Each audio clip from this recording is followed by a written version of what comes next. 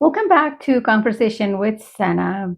Today we're going to be talking about Vietnam and the different cities that we explored. We had a really wonderful adventure over several days in Vietnam, and I'm going to talk about Ho Chi Minh City to start us off because we left Cambodia and flew into Ho Chi Minh cities. We had a wonderful experience. Vietnam, the natural beauty, the landscaping, the cities, the people were very hospitable. The food, the cultural experience was very memorable. So we definitely enjoyed it, and it was really worth visiting. So we started off in Ho Chi Minh City. We stayed at actually Liberty Central Saigon Hotel in District 1, and this is a very busy area in the hub where I feel like as a tourist going the first time, it would be a good central area to be in, whether it's this hotel or a different hotel. There's plenty of lodging and hotels and Airbnb, and it is close to a lot of the major attraction and very convenient. So we it started as I said, Ho Chi Minh City, and it's also known as Saigon. And most Vietnamese people refer to it by this name, and it is the largest city in Vietnam, and it's a very major economic hub. Um, there is a mixture of modern and French colonial building. The blend of old and new gives it a charming appeal despite how vast it is. I believe there's over 10 million people living in the city, so it's really very vast and it covers a lot of obviously land area. And so one of the best ways, like I said, for us was to explore it to be in the District 1. We walked to the major attraction. They were not too far away, and it is the best way for you to see the French influence. And exploring it by foot gives you leisure time to go to different areas. So we explored the central of the city by covering City Hall, Don Quixote Street, Notre Dame Cathedral, and the Central Post Office. So allow yourself plenty of times to go and explore and walk, and be careful as you walk around or wanting to cross the street. They are busy and full of motorbikes. Everyone in the family is capable of riding the motorbike. And it was really a sight to see. You see an entire family, parents, kids riding one motorbike, and they're very busy within and out of traffic. So you have to be very careful as you cross the streets. And it's one of the mode of transportation for Vietnamese people to use actually in their daily life. So as we walked around, explored the Donk Khoi Street. I hope I'm saying it correctly, and please forgive me. Sometimes pronunciation is a little bit tough. It is definitely a blend of new and old, lots of cafes, shops, and art galleries. And there's a lot of major international stores in this area. But for me, I was in there to shop those stores. I wanted to explore the local, art galleries and shops that actually owned by the Vietnamese people. And you definitely have to make a stop in one of the coffee shops. I learned while I was there, as much as we like to think we know things in advance, but I learned that Vietnam is a major hub of coffee producer worldwide. They're the second largest, second to Brazil, apparently. It was really educational to learn that. And sitting in the coffee shop and watching people go about their daily life, it's really interesting. And you learn a lot about their activities, and you enjoy the local ambiance of just when you observe people and even going people in and out of the shop and talking to different people. It's really fun. And so when we were walking around, actually, we encountered the young ladies that were a group of them that were taking pictures. And I kind of jumped in and I was like, oh, can I take a picture with you? And they were so very fun and agreeable. And I took pictures with them.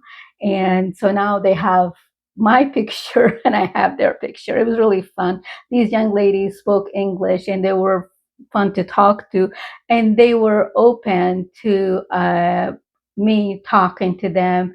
And like I said, they were very hospitable, and it was encouraging because they wanted to speak in English as well, to practice their English. And as you walk around, make sure that you go to Saigon Central Post Office. You cannot miss it. It's really magnificent. As you explore it, when you go in it, you can see the resemblance to European railway station. It is an architectural marvel, and it's really worth seeing. And also, one of the highlights of that area is the Pittman Apartment, which is a historical evacuation point. It's called the landing zone, and there's a huge picture that says landing, a huge sign, I should say, that says the landing zone on the apartment. And this is where the American evacuated, people during the Vietnam War. And it is interesting to see because you reflect, obviously, on what happened during the war. And the rooftop, of course, was used where the helicopter would land and evacuate people. We also went at night, actually, to the Rex Hotel, and of course, this was used by the military and journalists during the Vietnam as well. And today it's a hotel, 5 star. We went there at night to have dinner. It is a luxury hotel, so very expensive. Like I said, the rooftop, they have a restaurant, and you can see from above the city and the lights of the town. It is expensive, but it's really fun, and they have night live music at night, and they are when we went, they were playing American music, and the Vietnamese singer was really awesome, and the band, there were two ladies and a singer, and they were singing. And one of the highlights of the evening was them singing John Denver song, "Take Me Home Country Road," and everybody, there was a lot of American there, and they sang the song with them. So it was kind of interesting to watch and listen, and just realize how the influence of American music internationally. And afterward, we actually went back walking to our hotel, and walking around was very safe. We felt very comfortable. We did not encounter anybody, and people pretty much left you alone. And the walk was not really long. It was 15, 20 minutes back to the hotel. And like I said, walking around the neighborhoods, even in the dark, we felt very safe and comfortable. Nobody bothered us. One of the highlights that I enjoyed, and it was very educational, you have to go see the Coochie tunnels. They are an underground network of buildings that were used during the Vietnam War.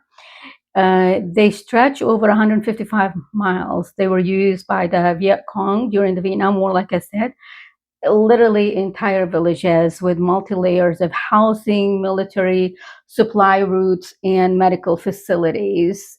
One of the things, I was on a tour with my sister, and one of the things you to explore and see what it was like underneath, you can take a short walk from point A to point B, about 2 minute walk, and the people started to go down. I started to go down to do the walk, and there was lots of people ahead of me, lots of people behind me. And when I went down, the walkway was narrow, and I'm sure that it was not high as well. The tall people were crawling under. I could not take the heat, and I could not take the congestion, so I actually did not walk it. I came back up after I took the initial step, because, like I said, the corridors were narrow. There was too many people. It was hot, congested, and I could not handle it. But you can imagine what it's like when thousands of people are living there, and there's multi layers housing, military and different facility areas, and dug underneath the ground. I could not do it. But there was a tall guy over 6 feet, and he said he literally had to crawl. But then he went on. He was brave. He went on and did a longer um, route that took, I think, about 5, maybe 10 minutes. I'm not really sure, but it was longer for him to come out. His wife was looking for him. Was, where is he? Only him would do it. So it was interesting, but for me, I could not handle it. So it was educational, and you learn a lot, and you learn a lot about the resilience of the people and the impact of any war has on the people that are living. So walking around in the city, and there's taxis, and it's very congested, so you have to be very careful. And one of the things that we did was, actually, we did a tour of the Mekong Delta, and a boat ride, I should say, to explore the Delta. And obviously, Vietnam and Cambodia and Thailand, they have lots of floating villages. And this tour consisted of going to different floating villages, and they have a lot of fishing farms and floating markets and houses, obviously, people living on them. So you kind of, as you ride the boat, you experience and see people like on small boats, either fishing or going back and forth to their houses. Part of the tour was for us to visit a coconut factory, and of, I should say, factory slash workshop, because these are, most of them are family owned, and they're small workshops. And but you get to see the production of how the candy and the coconut candy is made, and the whole process. And we had lunch in one of the villages when we got off, and it consisted, obviously, of the Vietnamese food, including the elephant ear. And I'm going to post a picture of it so you can see what it looks like. And it's the type of fish is only found in the Mekong Delta River, only, I should say. Uh, we had really enjoyable trip. The people of Vietnam were very friendly. They really stole my heart. Everyone um, would talk to you, wave at you. The younger generation, many of them spoke English, and they were fun and enjoyable, and they wanted to talk to the people. Obviously, they could tell tourists, and they had no problem when we talked to them, and they wanted to converse in English. A lot of them spoke English, and so the entire trip was really uh, very fun, and I felt welcomed from the people, and the landscaping of Vietnam is definitely worth seeing. I will go back. And so I'm going to continue talking about the different cities, because we went to Da Nang, we went to Hội An, we went to Ho Lang Bay, we went to Hue, and we went to Hanoi. So there's different areas that we went to that had different landscapings, mountains, beaches, a lot of water, and lots of different activities. So I'm going to talk about the different cities in continuing videos. I did do a video about trip preparation. Hopefully, you watched it and you liked it. So, as well as my other videos, I appreciate you watching. And if you enjoy, obviously, and like and subscribe, so we continue posting and um, giving you an idea what the world is like out there, and hopefully that makes you want to go and enjoy it. I appreciate you watching again. Thank you so much.